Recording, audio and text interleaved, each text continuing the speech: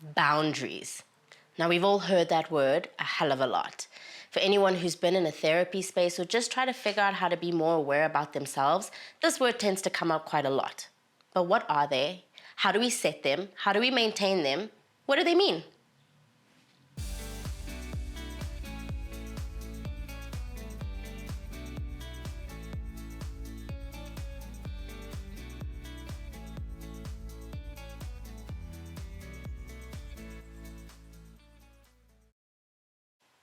Welcome back to Unpacking.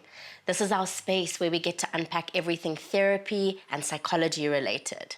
I'm Melina de Kock. I'm a counseling psychologist in South Africa. Today, we're talking boundaries. We're talking about what are they? How do we set them? How do we maintain them? And most importantly, how do we respect the boundaries of other people too? Boundaries are essential for building and maintaining healthy relationships. Now, a lot of people know what the word boundary means, but they don't really know what they are. A lot of people think that boundaries are like these brick walls that we place around us, which keep people out. But that isn't necessarily true. And boundaries are not rigid lines that are drawn in the sand, nor are they very clear for other people to see. The problem that so many people have with setting boundaries is that it can be seen as rudeness or impoliteness or just being ugly to other people. And that's not true. Boundaries are a way for us to keep ourselves safe. Now, when you can understand how to set and maintain healthy boundaries, it can help us avoid a lot of the confusion, upset or disappointment, resistance or even regret or resentment that can build inside of us. So what are boundaries? Boundaries are like guidelines that we put in place. It's a form of self-preservation. Boundaries help to keep us safe. And if you want, you could see it as sort of a white picket fence that we put around us, which helps us teach others how we want to be treated. Now, if you come away from a conversation with somebody and you end up feeling drained or depleted or anxious or a little bit wound up, chances are your boundaries were being breached on. Now, the tricky thing with boundaries is establishing that really good, healthy middle line. Either we have really rigid boundaries or we have very loose boundaries.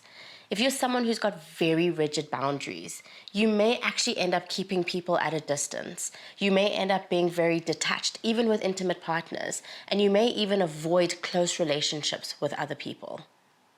If your boundaries are too loose, you may get too involved in other people's problems.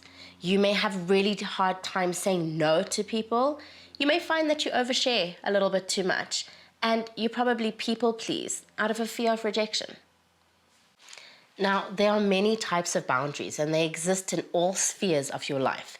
They can be time boundaries, they can be financial boundaries, they can be physical boundaries, sexual boundaries, emotional boundaries, and even boundaries around your energy. So I'm going to give you some examples around some of these different types of boundaries. A physical boundary, this refers to your personal space. Maybe you're not comfortable with people touching you. A time boundary could be preserving your time a little bit. And this in particular relates to a work situation. Maybe you're someone who's being drained by work currently. We're also in that time of year where everyone is burning out. So how do we put in place time boundaries around work? Perhaps you want to end any and all work-related activity by 6 p.m. Maybe the minute you shut that laptop, that's it, work's done. Maybe you want to take off the notifications on your phone with work email so that you don't feel pressured on a weekend to reply to work emails. What is an energy boundary? An energy boundary is recognizing and being cognizant of your own energy reserves. How much do I have to actually give to others? And when is it time to say I'm sorry, but I just don't have any energy to give? A financial boundary, that could be related to how you save and your outlook on money. Are you okay lending money to friends and or family? Do you have expectations of how you want to get that money back? What happens if you don't? You willing to just write that money off?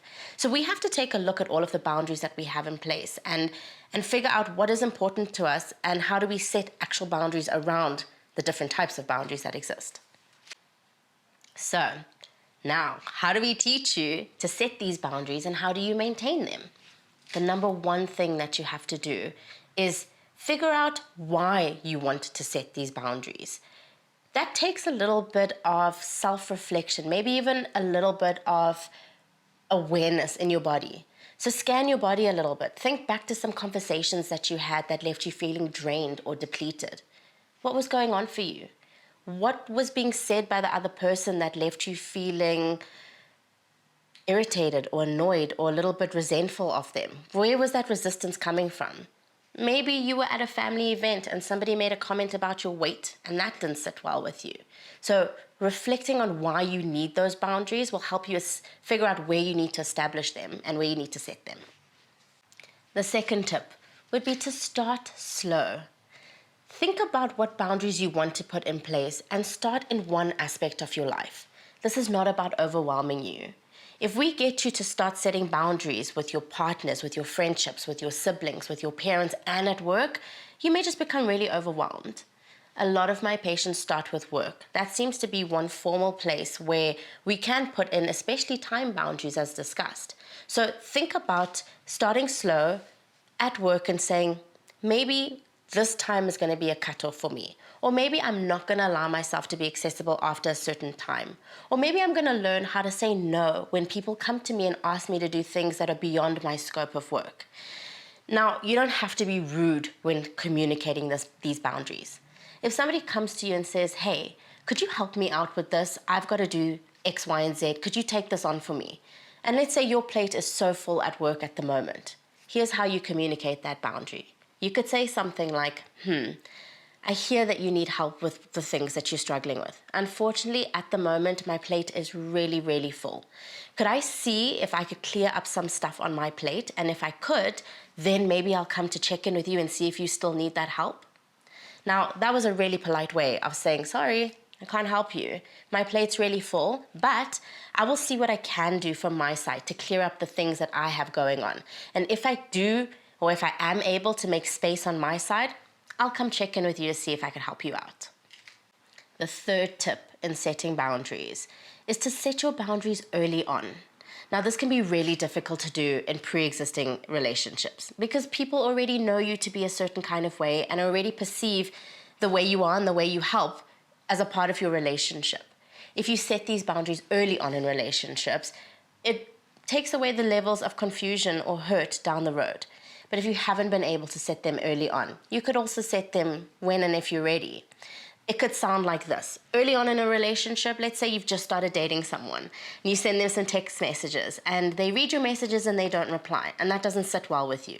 You could set that boundary from early on, and it could sound something like this. You could say, hey, when I send you a message and you read it and you don't reply to it, it makes me feel kind of neglected. If you're too busy, could you just send me like a BRB so that I know what to expect? And you've already set now that expectation moving forward. In pre-existing relationships, you could set a boundary, let's say, around needing some time for yourself or not being able to help out by saying something like, I've got a lot of stuff going on right now. I'm struggling a little bit. And so if it's okay, I'm going to take a little bit of time to myself, or unfortunately, I'm not going to be able to help you out this weekend to unpack your house because I've got a lot going on. And that can be communicated in a way that isn't perceived as rudeness or impoliteness. The fourth tip is to be consistent with your boundaries. If not, this might lead to some confusion, could also create new expectations or demands on you. Now, if you've told somebody that you don't have capacity to, let's say, help them unpack their house this weekend, don't change your mind. Don't let the guilt that you feel override your boundary. Check in to see where your reserves are. Maybe the reason that you said that you couldn't help is because you are just so depleted and you have no energy to give. So really use that time to recharge your own batteries, to feed back into your own soul, to take care of yourself. It is a form of self-preservation after all. The fifth and final tip is to communicate your boundaries clearly, even when they are crossed. Now, let's say you are going through a lot. Work is exhausting you, family life is stressing you out, you've just broken up with your partner, you've got a lot going on, your plate is very full. And so you've communicated to your friend that you're going to be a little bit MIA for a while. You're going to take some time for yourself to just sort out whatever's going on for you. and your friend consistently texts you and they're not hearing that boundary? How do we communicate that in a way that allows you to acknowledge that your boundaries have been crossed, but also let your friend know that it's not okay? So sending them a text message which sounds like this: hey, I can see you've been trying to get hold of me, but I think the best thing to do would be to just pop me a message and let me know what it is that you need, and I'll get back to you when I can. I think this really aptly highlights, hey, I see you bugging me. I've told you I need some space and you're still messaging me. Pop me a message. I'll get back to you when I can. It lets them know that they've crossed a boundary and you're communicating and maybe reminding them, hey, I just need some time for myself for a while. I'll come back up and I'll message you when I've got the time to. Now, as important as it is to set boundaries for yourself, it is equally important to recognize boundaries in other people, because others set boundaries too. So how do we understand them correctly? How do we make sense of them, especially if their boundaries differ to the boundaries that we put in place? Now, the first thing, the most important thing, is just to communicate and to ask questions. It is okay to seek out clarity with somebody else's boundary, to make sure that you're being respectful of them. Now, this conversation doesn't have to be awkward or confrontational. Really, it is just about checking in with somebody. Let's say you have a friend who has taken some time away. They've all of a sudden drifted, dropped off the face of the earth, and you haven't heard from them in a little while. So you acknowledge they must be going through something. But how do I check in with that person and just check if they're okay? You would send a message that maybe sounds like, hey, haven't seen you or haven't heard from you in a little while, worried about you, I'm just checking in if everything's okay. Maybe that person has good communication skills and is okay to elaborate and to say, hey, I'm going through some stuff, so I've decided to just take a break, a pause from everything and everyone, just letting you know. So your response to that might be, okay, I hear that, I respect that. When can I message you? When is a good time for me to reach out to you? What this does is it allows for a time boundary to be established. Maybe they might respond and say, hey, why don't you message me in 2 days and we can talk about it? Or could you give me the week to just figure things out and I'll message you when I get clarity?